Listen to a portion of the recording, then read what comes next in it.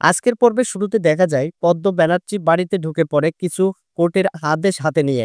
ঢুকেই কাব্য ও কিরণকান্তির মুখোমুখি হয়ে সে জানিয়ে দেয় এই বাড়ির ওপর তার আইনি অধিকার রয়েছে এবং ব্যানার্জি পরিবারের কেউ কোর্টের আদেশ অস্বীকার করতে পারবে না। পদ্ম স্পষ্ট জানিয়ে দেয় সে এখনো এই বাড়ির পুত্রবধূ এবং এই ঘরে থাকার অধিকার তার আছে। কাব্যিয়া তখন রাগে উত্তেজিত হয়ে পদ্মকে বলে, তুমি ভালো করেই জানো কৃপান এখন জেলে। পদ্ম বলে, আমি সব ঠিক করে দেব। এরপর পদ্ম মেহেককে ফোন করে কৃপানকে শেষবারের মতো ক্ষমা করে দেওয়ার অনুরোধ জানায়। সে জানায় উকিল দিদিমণিও এতে রাজি হয়েছেন, শুধু মেহেকের দয়া হলেই সে তার সংসারটা আবার গুছিয়ে নিতে পারবে। মেহেক বলে, আমি চাই তোর সংসারটা সফল হোক। এ কথা শুনে পদ্ম মেহেককে ধন্যবাদ জানায়। তারপর যখন পদ্ম জানায় সে এই বাড়িতে থাকবে, তখন কাব্যিয়া রেগে গিয়ে তার হাত ধরে জোর করে বের করে দিতে চায়। পদ্ম ততক্ষণে হুঁশিয়ারি দিয়ে বলে, আর এক ধাপ বাড়ালে আমি থানায় ফোন করব। ঠিক তখনই গীতা পদ্মকে ফোন করে বলে, ওই বাড়ির লোকেরা যদি তোকে কষ্ট দেয় একবার আমাকে ফোন করিস। তারপর কাব্যিয়া রেগে গিয়ে গীতাকে ফোন করে বলে, তুমি কেন পদ্মকে এই বাড়িতে পাঠালে? গীতা শান্তভাবে উত্তর দেয়, ওটাই ওর আসল জায়গা।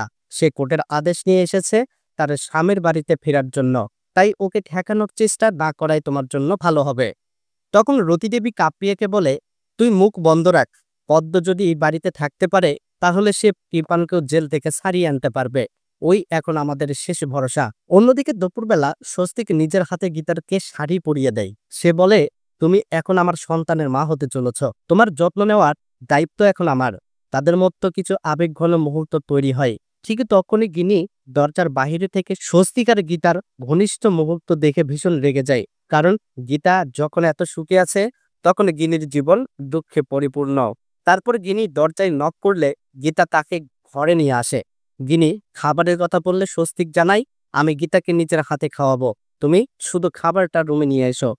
এতে গিনির রাগ আরো বেড়ে যায়। সে রুম থেকে বেরিয়ে গেলে স্বস্তিক গীতাকে বলে, আমি পরিষ্কার দেখতে পাচ্ছি তোমার দিদি তোমার সুখে দেখে খুশি নয়। ঠিকই তখনই ডাক্তারের চেম্বার থেকে গীতার ফোন কল আসে চেক আপের জন্য।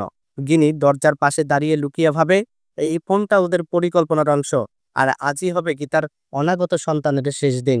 এরপর গীতা ও স্বস্তিক গাড়ি নিয়ে বের হলে অধরার গুন্ডারা তাদের পথ আটকে দেয়।